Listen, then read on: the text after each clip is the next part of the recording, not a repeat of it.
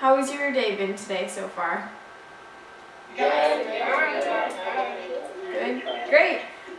So hopefully you'll have a little bit to reflect on.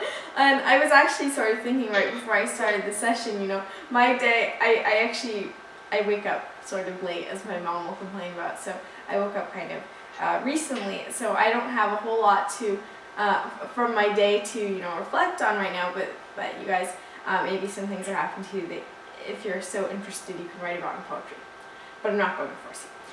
Today we're going to be talking about Reflective Poetry 101, and so pretty much reflective poetry, or my definition of it, is pretty broad. It's essentially when you're reflecting on issues or reflecting on things that are happening and writing about in poetry. So it could be rhyming, non-rhyming, it could be organized in a specific way, it could be a haiku, whatever type of poetry it is, it's reflective as long as you are reflecting on something and working with that reflection to make it into art. So first, if you're wondering if a 13-year-old is talking about this, I wanted to introduce myself. My name's Adora Skitalk, and when I was 7 I published my first book. It's called Flying Fingers, and more recently I published my second book called Dancing Fingers, which is a book of poetry that I co-authored with my older sister. So I really love to write poetry, and it's something that I do pretty frequently, and I'm hoping to write another poetry book as well. Now, have you guys read any poetry, or do you have some favorite poets? Yeah. Sherlock. Sherlock Holmes is not a poet. Yeah. You like Shel Silverstein. They check out that book a lot. Shel Silverstein. Oh yeah, one of my favorite poets. Actually, when he said Sherlock Holmes, I was sort of thinking, does he mean Shel Silverstein? But it's sort of I guess their names sort of sound alike. So yeah, Shel Silverstein is a really great poet. He's written a lot of books too. So that's another thing, is that you can find a lot of his work. Do you know of any other poets? Robert Frost. Robert Frost, yeah, another very famous one. Anyone else? I'm sorry?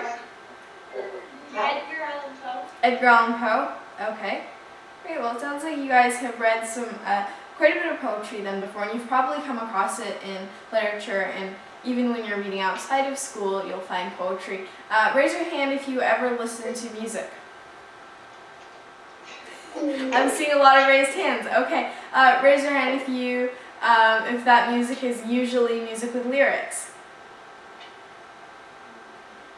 Okay, I'm seeing a lot of raised hands. So then you guys listen to poetry on a very regular basis, because even if some people would disagree that certain lyrics are art, and I know I'll probably offend a lot of Justin Bieber fans, but I'm sorry. I'm still arguing with my sister over Baby. But anyway, you listen to art and poetry on a pretty daily basis if you listen to music. So poetry is all around us. But let's talk about a little more about reflective poetry. What do you guys think reflective poetry is?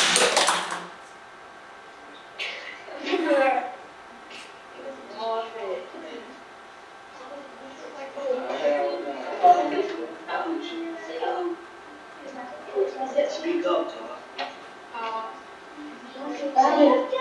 Where you reflect on something in your life, in your writing. Yep, where you reflect on something in your life in writing. For instance, if you really love Justin Bieber and you were very offended by my reference just then, you might reflect on that in a poem in which you divulge your deepest feelings about this issue.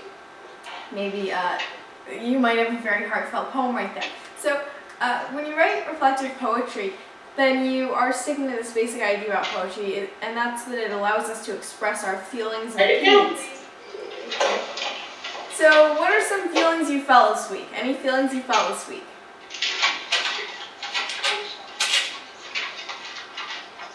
Does anybody have any feelings this week? I don't. Please make a list of at least 3 feelings you have in your notebook and write them down. 3 feelings you might be having at the moment, or you might have had earlier this week, or yesterday. any of you have frustration? Yeah. Are any of you feeling a little stressed with all the work we piled on you this week? Somewhat. So use those. Yeah. Oh, yeah.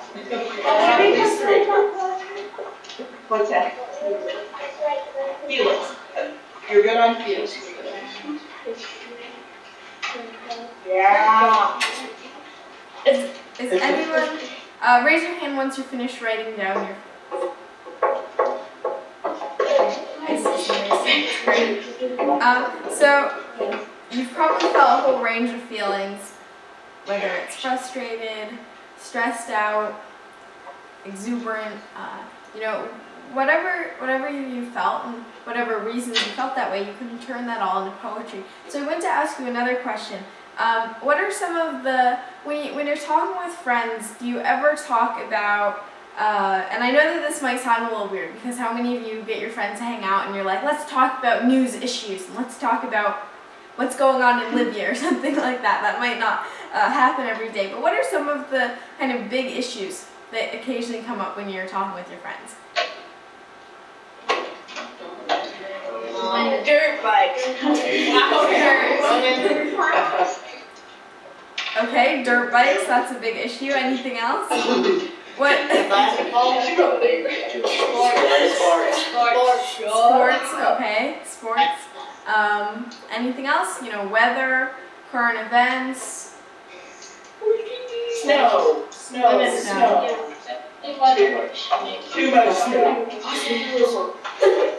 Okay, and is there one more thing you discuss with your friends a lot?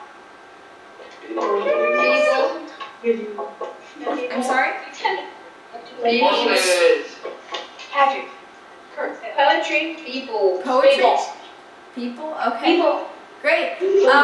So you can have opinions on really big topics like war and peace. You might not talk with your friends about those things every day, but you probably still have opinions.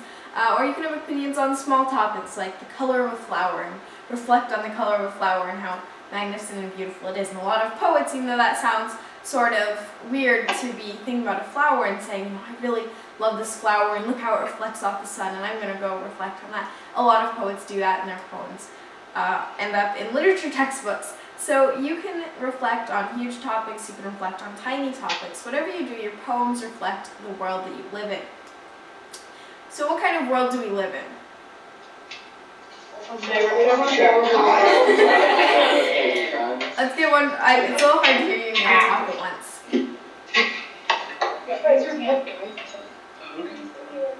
What kind of world do you guys live in? Describe it to Adora. She's never been here. Katie. A complicated world. A complicated world. Yeah, we live in a very complicated world. So what makes it complicated? Why is our world so complicated? Because everybody, there's tons of war and there's tons of fighting. Yeah, tons of great stuff. Yeah, tons of not great stuff going on. There's conflict, there's war, there's around now there's been protests in a lot of the Middle East, people rising up against dictators. What are some other details about the kind of world that we live in? It's complicated. There's bad things happening. Are there some good things happening? Are there some things you're not sure about? Who else would like to provide other details? Wes, can you give a description of the world you live in right here? Unnatural causes of unfortunate events. Okay. Unfortunate events? Unfortunate events. Great. And you for an example? Some animals here kill, and some animals here get hunted. It's just the way of life, I guess. Okay, We so have sort of. wolves and elk and wolves eat the elk. And that would actually make a really good poem. Is you could write about the coexistence of animals and humans as kind of there's tension or something. You could write about that. That would make a really interesting reflection. What you just had to say. What are some other details you can provide? What kind of world do we live in? Ronan, how about you? What kind of world are you living in and There's a lot of competition for whatever you do. It's always yeah, like trying to be good for certain a lot of competition, and it really comes through in everything because, you know, when you listen, if any of you listened to the President's State of the Union speech, then you would have heard like over and over again it was, you know, we need to beat China, we need to beat all these countries because it's a race. That was sort of like and that's the analogy that everyone's been using, is that it's a race or it's a competition and we're competing. It seems like pretty much we're competing against everybody else. So yeah, it is a lot of competitiveness, not just in school, but also in sports and even in the way that we look at education and industry. It's being competitive with the rest of the world. So yeah, that could be a little stressful at times too. What else? What's one more detail? Cherie, how about you? Sure. Well, Cherie. Stephanie's got one. Steph, go ahead. We live in a cold world. You do, huh? Very The cold. weather Your world's cold. very fantastic. Describe it, Steph. Like, it's really cold here and it never changes. Okay. Whatever, really beautiful. So this would be It's cold for me. It's too cold for me. this would be very specific. Yes. And I was about to say, you know, have you ever been to Hawaii? Maybe you would change your view of the world being cold, but I didn't want to rub it in too much. Okay, so it's always cold where you are. That's the. Usually not. Okay. Last summer, it's snowing in January. So it sometimes heats up a little bit.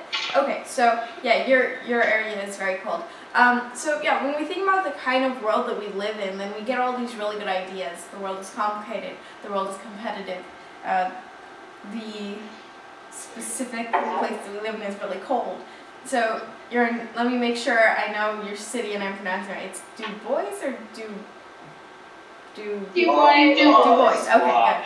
I wasn't, you know, I'm studying French, and so suddenly all these American names that we sort of like, I don't know, taken from the French just like sound really wrong to me the way that they're pronounced. But they sound wrong to me when I try to pronounce them in French. So, okay, moving on. Tip number 1 is use poems to reflect on ideas. So the types of ideas that we had about the world being complicated, about conflict. And you don't even necessarily need to understand the idea to great depth. You don't need to know everything about the issue that you're going to be writing about in order to write about it, because poetry is a good way to explore something that you're not quite sure. You can use it as an excuse to research and learn more. So, for instance, this is a poem that I wrote actually quite a long time ago called A Long Stare. And I wrote this, I think, maybe like 2 years ago. Yeah. And so it's basically all my questions about, you know, what's going to happen in a million years or a really long time.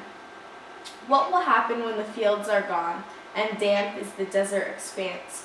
Will barrenness adorn the dawn and silence fill our dance?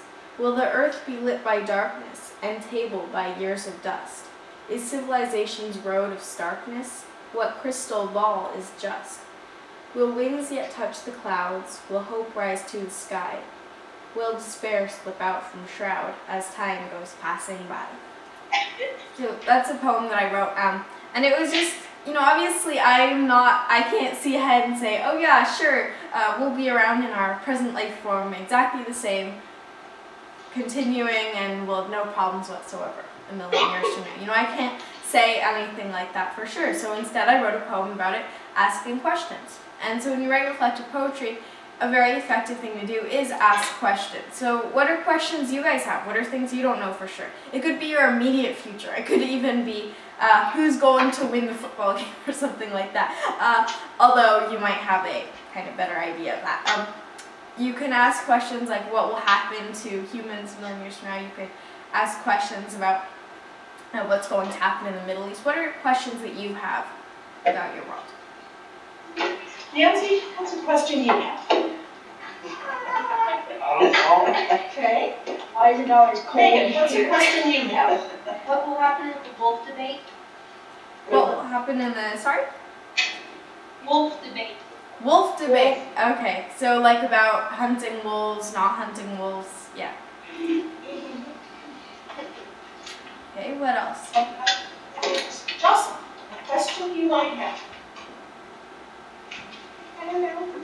Katie, question you have. Oh, what will happen to our like that. Like, I'm sorry? like what will happen tomorrow and like. Yeah, what will happen tomorrow? What will happen in the future? Yeah.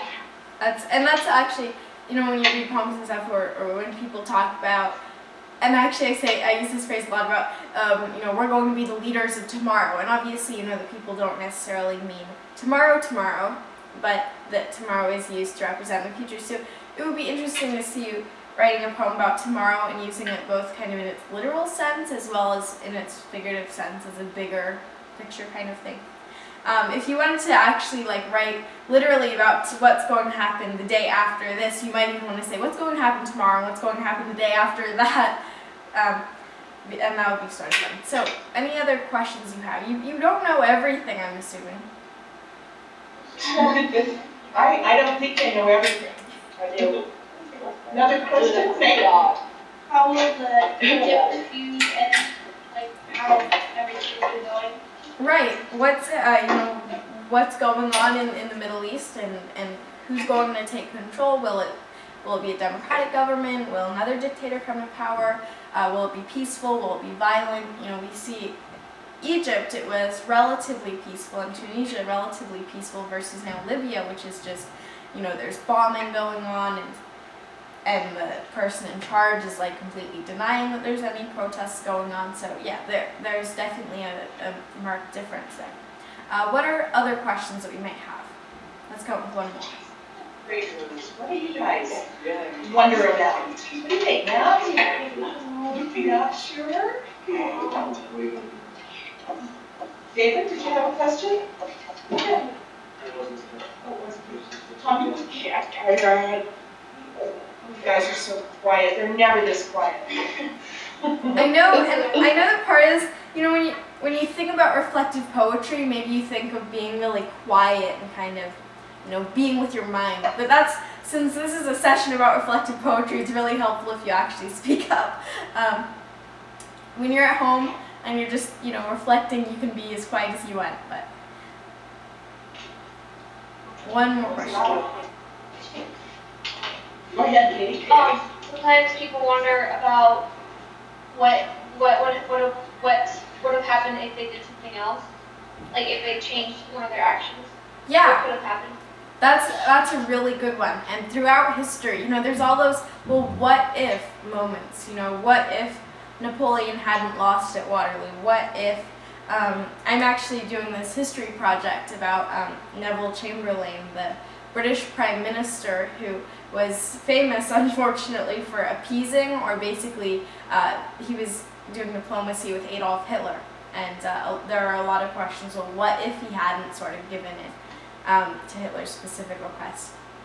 Then there's questions even more recent, you know, what if we hadn't gone into Iraq or Afghanistan, questions like that still have implications for today. So all these what if questions make really good reflective poetry.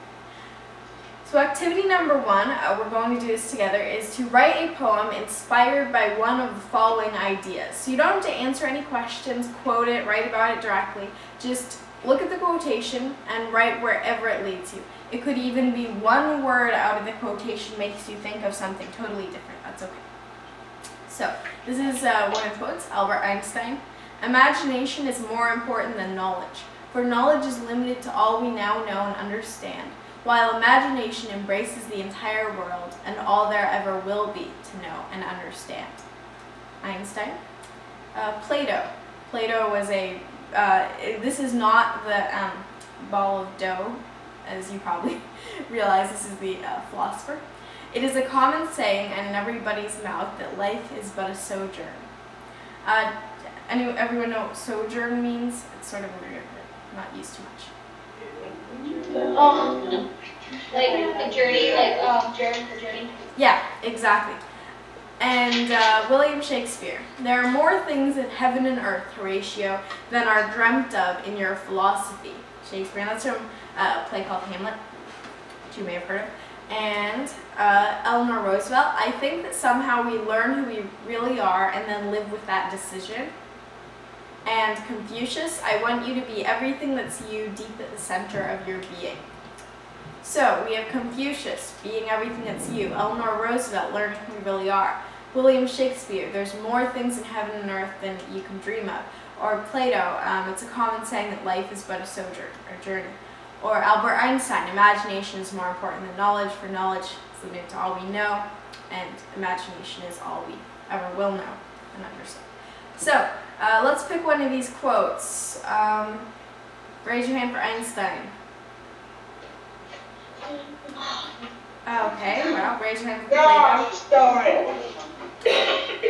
Raise your hand for Shakespeare. Raise your hand for Roosevelt. Raise your hand for Confucius. Okay, so it looks like Albert Einstein is the definite winner then. So quickly, that's about right. Imagination is more important than knowledge, for knowledge is limited to all we now know and understand, while imagination embraces the entire world and all there ever will be to know and understand. So what do you think about this quote? Let's write it down first. Imagination is more important than knowledge. We're gonna use kind of at the probably top of a page so that you have room. Imagination is more important than knowledge.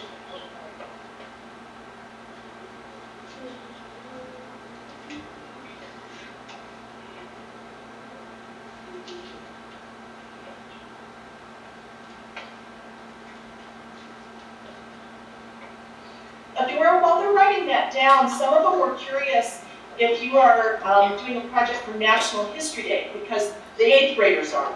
Oh yeah, actually that's exactly what I'm doing. Yeah, National History Day, and that's my project. And I thought it was super. I thought it was a super unique topic, and like that I was the only one who would be thinking about Neville Chamberlain. But then I realized it was on the top of the list of sample topics. So yeah, I guess mine is a little bit ordinary. But then again, everyone else that I know is doing Nixon's visit to China. So. Oh, that would be Wes, Nixon, ping pong diplomacy. Yeah, Mhm. there's a lot of really good Yeah, sample that's- examples for the topic. So glad to hear some of you guys are doing it. It's a fun contest. So who knows? Maybe if my documentary is really good, which I'm hopefully working on, maybe I'll see you at nationals. Megan, raise your hand. Megan was at Nationals last year with a paper on. Oh wow, that's amazing. I wasn't even like entering this contest. I wasn't even thinking, I'll make it to nationals, because I just know so many amazing people who have, either written papers or made really engaging documentaries. And I was actually just yesterday looking at all the examples of former winners, and I was just thinking, I would be really, really lucky to be able to get up that high. So congratulations, that's amazing. Is everyone finished writing this down? No. Okay, well, if you can, for those of you who are done, which I know is probably a couple, then why don't we start talking about, what do you think about this quote? Do you agree with it? Do you disagree with it? Agree. Agree. Okay. And so when he says that imagination is more important than knowledge, are there any ways that you see that like happening in your own life, where you've used imagination more than you've used knowledge, or vice versa, where you've used knowledge more than you've used imagination? Megan, you had a thought. You had a thought where you said you mostly agreed with it, but. Well, there's also they had different opinions in the past, but it's mostly looking to the future, so I think it's kind of true, but it also look to the past. Yeah. Do you guys think that opinions are shifting, that people are taking more of Einstein's approach and imagination is becoming more important? Or that people see it as more important? Yeah.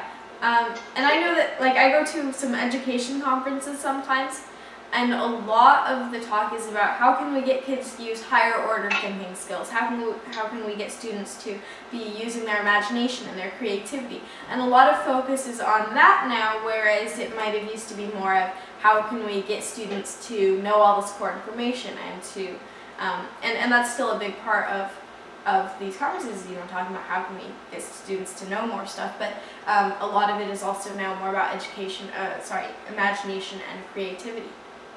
So there is somewhat of an attitude shift. Now, reflecting on this, what are some of the immediate thoughts that come to your mind?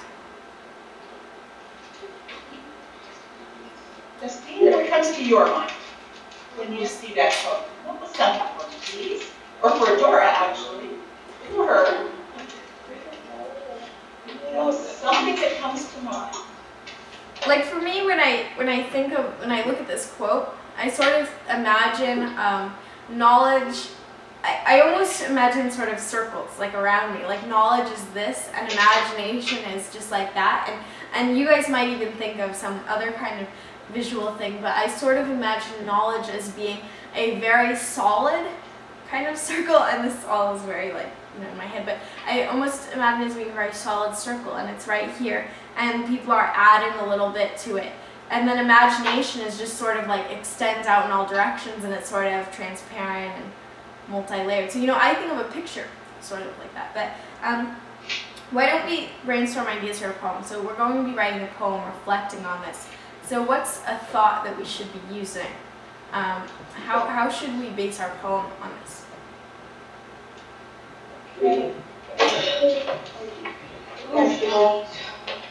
Brian? What'd you say? You like that word, imagination? Yes. Can you think of...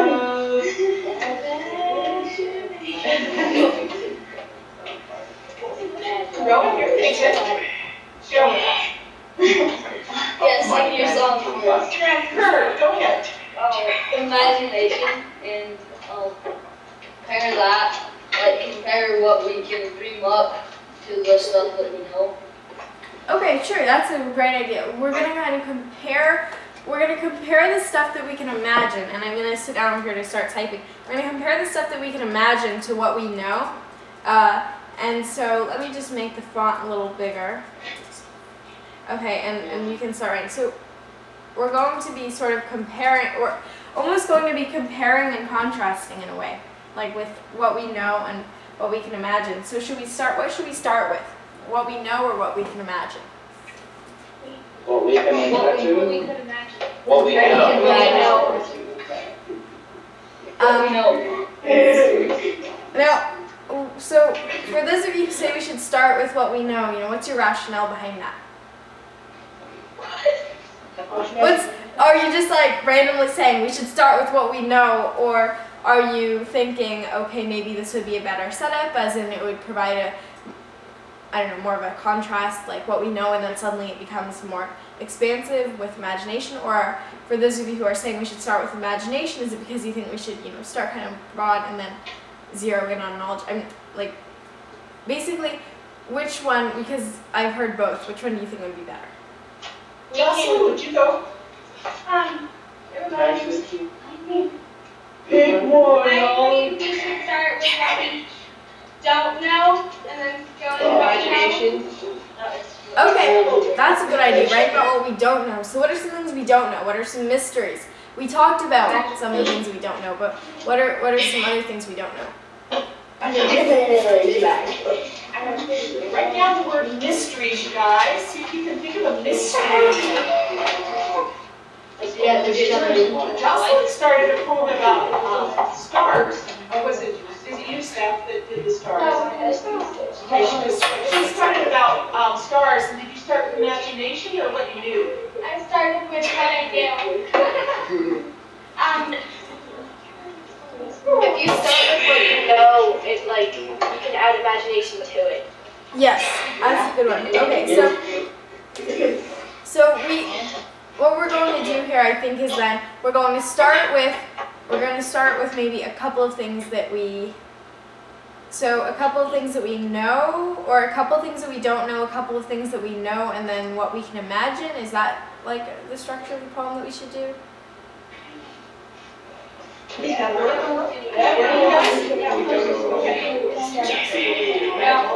so why don't we just start writing, and we'll see, and hopefully something I found is sometimes it can start out a little bit, sort of feeling your way around it, but then it generally gets better. So we'll start with what we don't know. So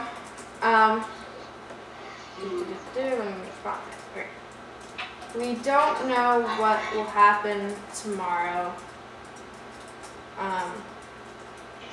We don't know what else. Don't know what will happen. While we're lost in sorrow. Okay. I don't know. Whether the plot of our story is sorrow. Because you know when. Okay, so we're kind of if we're going to do a rhyme home here. Also, another thing to consider is how the syllables sound. So let's see. We don't know what will happen tomorrow. We don't know if the plot of our story is sorrow. That sounds okay. Okay. What else? One more thing we don't know. Hey, what don't you know?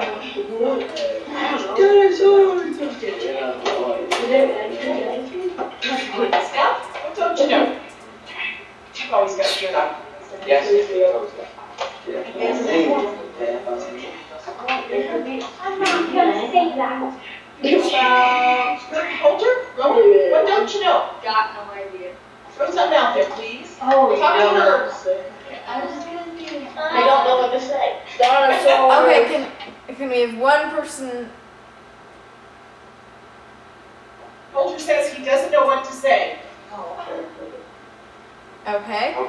All right. How about this? Quickly turn to the person next. Oh, that won't quite work. Sorry, because there's a couple of you on the ends here. Okay. We don't know what will happen tomorrow. We don't know if the plot of our story is sorrow. We can zoom in a little bit. We don't have to be this giant, broad, we don't know what will happen in the future kind of view. We can take a closer view, okay? We don't know what jobs we're going to, maybe we don't know what kind of job we'll hold or something. That's a little bit specific, but you could do something like that. What do you not know about yourself or about your life? You don't know what you're going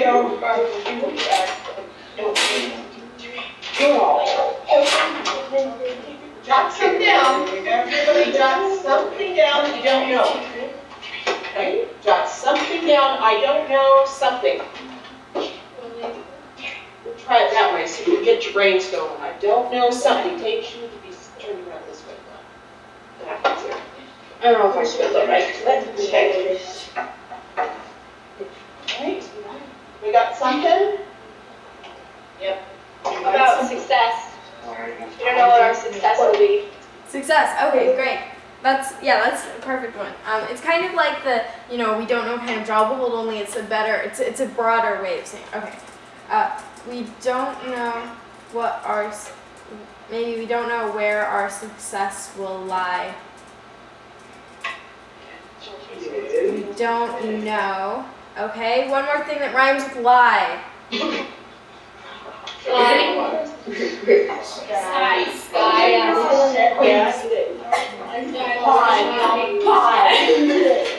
Yeah, that would be a seriously reflective poem if I wrote, we don't know if we're going to eat pie. It would really fit with that. Okay. So something that you genuinely, maybe even something that you've already written down, but that you could phrase in a way that would rhyme with lie. Or it doesn't have to. We can stop rhyming with this last line. We don't know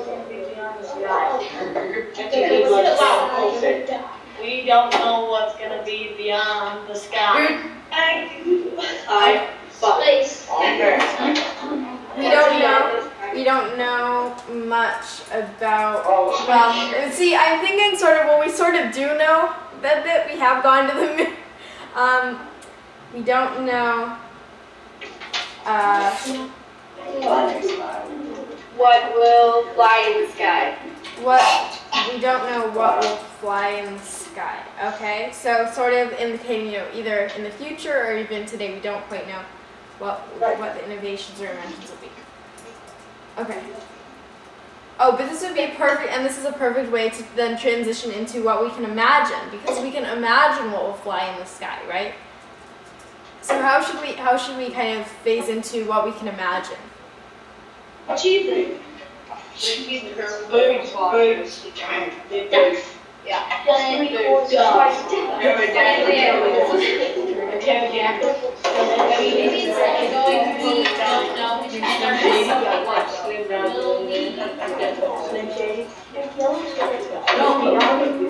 But with our imagination, we have vision. We see Okay, so take one of these questions. Either we don't know what will fly in the sky, we don't know where our success will lie, we don't know if the plot of our story is sorrow, or we don't know what will happen tomorrow, and answer it with your imagination. I'm not going to take you up on how accurate or how likely it is. Hands good. We could like go from the beginning again and say what we imagine about what we don't know what will happen tomorrow. Okay, we see what, okay, so what will happen tomorrow? Like literally answer that. CO2 coverage. Little smooth. What do you know about it? They have cars and bridges competition tomorrow. We see, so when you think of the future, when you think of a futuristic world, like, what do you think of? What's different? The weather. I'm sorry. That is my favorite. Okay, let's get one person. Answer the question. What is the futuristic world looking like? So, Flying cars. Say Go ahead and ask it again. sure. What does the futuristic world look like? What is the world of the future going to look like? Use your imagination to answer that. Flying cars. Imaginative world. Okay. Flying cars. We see flying cars and unicorns. Okay. It can be that crazy because again, we're not. I know that we kind of just, you might say, okay, we just like really messed up there, but you could argue, you know, this is a really messed up poem, and you know, flying cars and unicorns, that just doesn't sound deep at all. But this is the thing, though, you don't start a poem and say, I'm going to write something really deep and you know, with astounding ideas. You say, you know, I'm going to write a poem reflecting. And what we've done here is we talked about the future. We don't know about it, but with our imagination we can see. And